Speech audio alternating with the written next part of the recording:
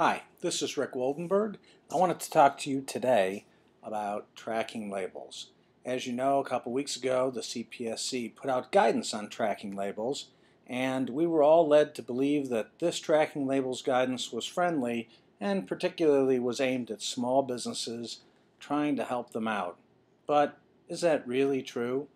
Certainly the tracking labels guidance document, which looks like this, is a friendly sounding document. It says that we don't have to mark everything that we're making, and there are certain kinds of products that don't need to be marked. We also know from reading the news that certain kinds of products don't require lead testing. They've put out guidance that certain kinds of materials don't have to be tested, and certain specific products have a stay on testing.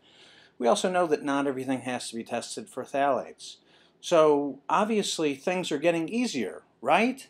Well, first thing that we should clarify is that Section 103 of the CPSIA applies to all children's products, which means that any product designed or intended for children 12 and under must have tracking labels. And it doesn't matter if you're exempt from phthalates, and it doesn't matter if you're exempt from the lead testing rules, and it doesn't even matter if you're exempt from all the rules relating to lead.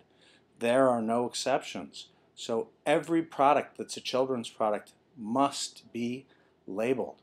Now, here's an interesting sentence from the guidelines, and I want to read it to you so you can hear it. It comes from question number 2, which says, what marks are required and what does it mean for information to be ascertainable? Interesting question.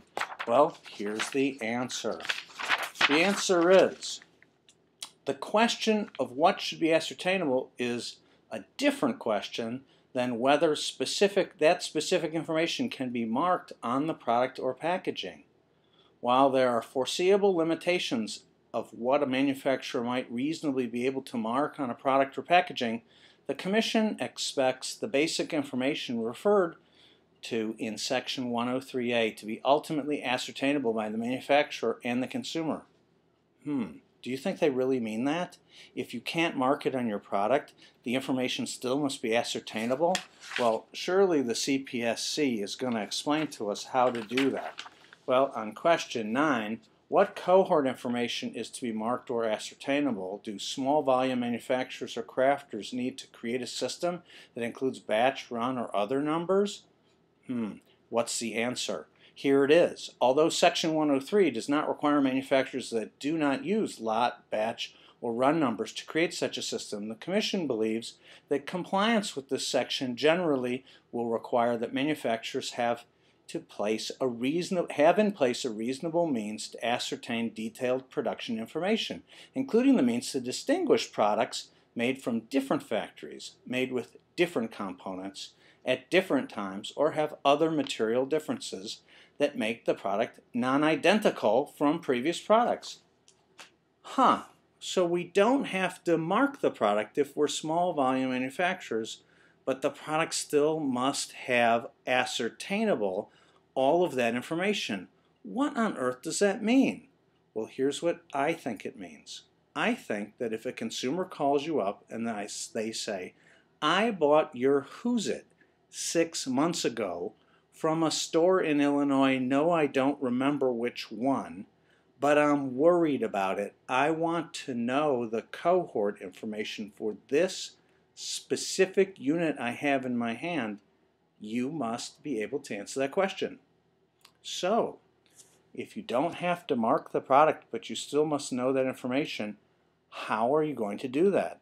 Well, the CPSC is strangely silent on that subject. It's ironic because clearly the CPSC now is decided to run your business. They are telling you how to run your business and what information you must be able to provide to consumers, irrespective of whether it makes any difference to anyone. But they don't actually tell you how to do it.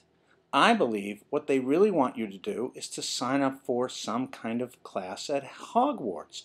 If you sit next to Harry Potter, maybe he has something in his bag next to the invisibility cloak that will allow you to magically figure out what lot something came from that isn't marked. Now they say, well, you must make them physically distinguishable. That means, put a little dot on it or a mark or something so that every time you make something, you change it. That seems to me to be impractical in the extreme. We at our company have 2,000 products. But let's talk about a specific example.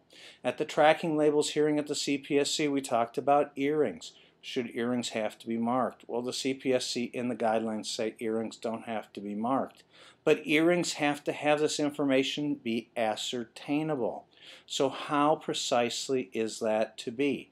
Well, one solution is that the CPSC would like the U.S. economy to run like Beanie Babies, so that every product we make is a limited run, so that we only make everything once and then we redevelop the product and sell it in some different form, just like Beanie Babies.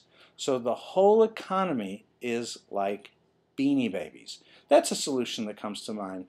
That's really not practical for a lot of companies. Let's say you make Keds shoes. Let's say you make a white t-shirt. You're going to do a limited run of white t-shirts? I don't think so. So CPSC, what's the deal? Are you going to give us clear guidance? You've given us guidance that's impossible. So now how about all that small business relief you were talking about? I'm looking forward to it.